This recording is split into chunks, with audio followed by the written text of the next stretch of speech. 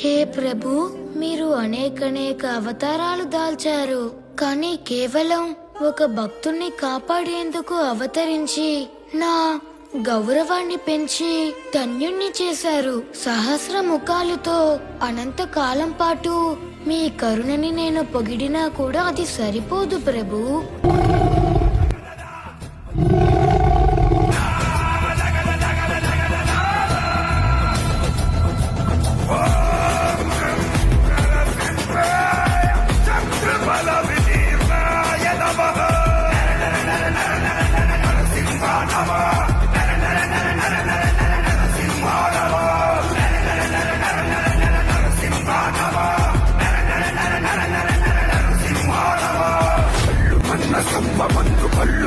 రూపము క్రూర ఆగ్రహాగ్ని పుత్రమైన రూపము వీర నారసింహము ప్రళయకాల రుద్రహరుడు సింహమైన కాయం శ్రీ చక్రి జయము ఖాయ.